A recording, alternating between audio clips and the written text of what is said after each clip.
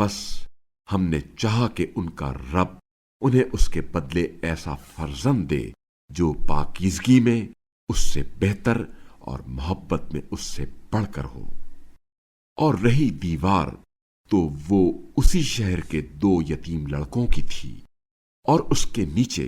ان دونوں کا خزانہ موجود تھا، اور ان کا باپ نیک شخص تھا۔ لہذا آپ کے رب نے چاہا کہ یہ دونوں اپنی جوانی کو پہنچ جائے اور آپ کے رب کی رحمت سے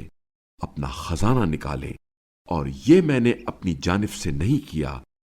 یہ ہے ان باتوں کی تعویل جن پر آپ صبر نہ کر سکے۔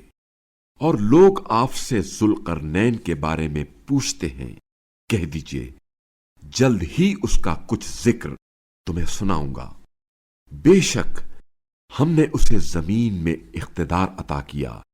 اور ہم نے ہر شے کے مطلوبہ وسائل بھی اسے فراہم کیے۔ چنانچہ پھر وہ راہ پر ہو لیا، یہاں تک کہ جب وہ سورج کے غروب ہونے کی جگہ پہنچا تو اس نے سورج کو سیاہ رنگ کے پانی میں غروب ہوتے دیکھا، اور اس کے پاس اس نے ایک قوم کو پایا۔ ہم نے کہا، اے ذوالقرنین، انہیں سزا دو یا ان کے ساتھ اچھا برتاؤ کرو، تمہیں اختیار ہے۔ ذوالقرنین نے کہا، جو ظلم کا ارتکاب کرے گا ان قریب ہم اسے سزا دیں گے، پھر جب وہ اپنے پروردگار کی طرف پلٹایا جائے گا تو وہ اسے برا عذاب دے گا، لیکن جو ایمان لائے گا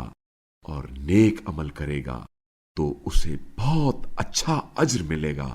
اور ہم بھی اپنے معاملات میں اس سے نرمی کے ساتھ بات کریں گے۔ پھر وہ راہ پر ہو لیا، یہاں تک کہ جب وہ طلوع آفتاب کی جگہ پہنچا تو دیکھا کہ سورج ایک ایسی قوم پر طلوع ہو رہا ہے جن کے لیے ہم نے آفتاب سے بچنے کی کوئی آڑ نہیں رکھی۔